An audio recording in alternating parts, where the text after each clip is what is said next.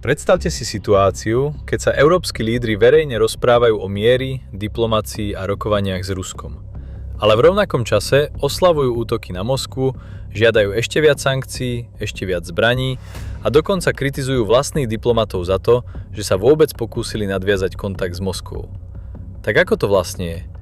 Blížime sa k mierovým rokovaniam, alebo sme od nich ďalej než kedykoľvek predtým? Počas posledných dní sa odohrali 3 udalosti, ktoré podľa mnohých veľa napovedajú o tom, akým smerom sa konflikt vyvíja.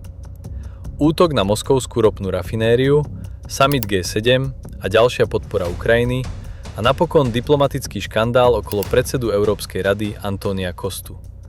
Práve tieto udalosti dnes rozoberieme. Jednou z najdiskutovanejších udalostí posledných dní bol útok na moskovskú ropnú rafinériu.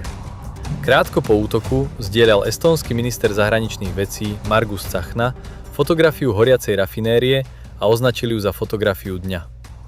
Práve táto reakcia vyvolala otázky o tom, aký postoj dnes niektorí európski predstavitelia zastávajú. Podľa prezentovaného názoru je zvláštne vidieť podobné vyjadrenia od diplomata krajiny, ktorá nie je priamou stranou konfliktu. Diplomacia by mala ponechávať otvorené komunikačné kanály aj počas vojny. A práve postoj politikov môže veľa napovedať o tom, či existuje vôľa rokovať. Ak sú verejné vyjadrenia čoraz ostrejšie, šance na rokovania sa podľa tejto logiky skôr znižujú. Ďalšou veľkou témou boli rozsiahle ukrajinské útoky dronov na Moskvu. Litovský prezident Gitanas Nausėda označil tieto útoky za moment, ktorý podľa neho mení priebeh vojny v prospech Ukrajiny. Podľa dostupných správ bolo použitých viac ako 200 dronov. Väčšina z nich mala byť zostrelená, no niektoré zasiahli svoje ciele, vrátane moskovskej rafinérie. Nausėda tvrdí, že útoky približujú vojnu ruskému obyvateľstvu a menia spôsob, akým ju vnímajú. Myšlienka je jednoduchá. Ak sa vojna prenesie bližšie k bežným ľuďom v Rusku, môže to vytvoriť väčší tlak na Kremeľ a Vladimíra Putina. Nie nevyhnutne na bojisku, ale v spoločnosti. Každý politický líder má svoje vlastné hranice a červené čiary. A ak je tlak príliš veľký, môže reagovať spôsobom, ktorý ostatní nepredpokladajú. Po útokoch na moskovskú rafinériu sa ozval aj Alexej Žuravľov, predseda výboru pre obranu Ruskej štátnej dumy. Vyhlásil, že Rusko musí odteraz bojovať vážne. Práve takéto reakcie vyvolávajú otázku, či podobné útoky skutočne približujú mier, alebo naopak zvyšujú riziko ďalšej eskalácie. Volodymyr Zelenský zároveň vyhlásil, že Ukrajina je pripravená rokovať. Zároveň však zdôraznil potrebu ešte silnejšieho zapojenia Európy. Hovoril o plnom uplatňovaní sankcií, konfiškáciách a ďalšom financovaní Ukrajiny. Práve tu vzniká otázka, ako takéto vyhlásenia vníma druhá strana konfliktu. Ak Moskva považuje tieto požiadavky za nepriateľné, potom sa priestor na kompromis výrazne zužuje. A bez kompromisu sú rokovania mimoriadne náročné. Najzaujímavejšou udalosťou posledných dní však možno nebol útok dronov, ale diplomacia. Alebo presnejšie, pokus o diplomáciu.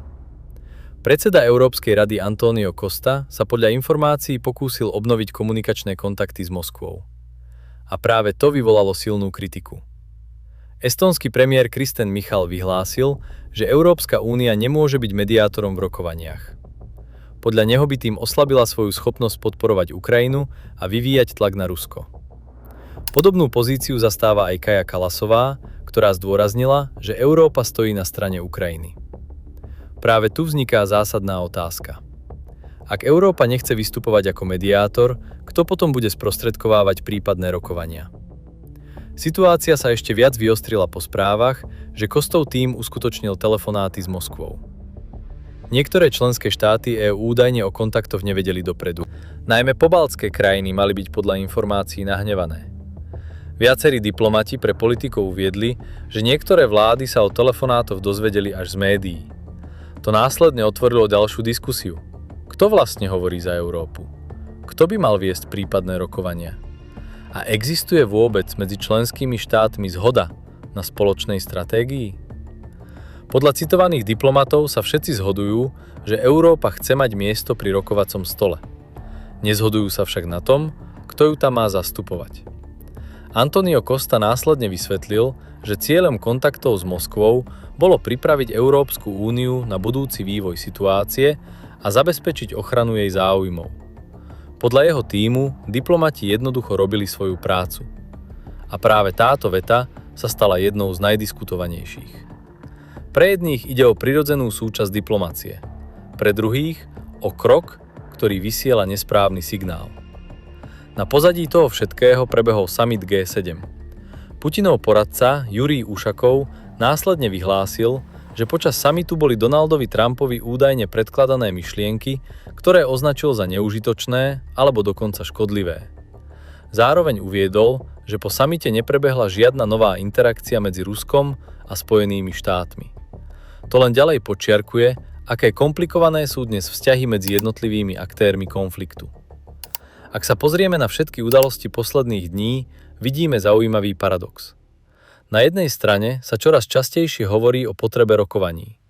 Na druhej strane vidíme oslavy útokov, nové sankcie, ďalšie zbrane, diplomatické spory a kritiku voči tým, ktorí sa vôbec pokúsia otvoriť komunikačný kanál.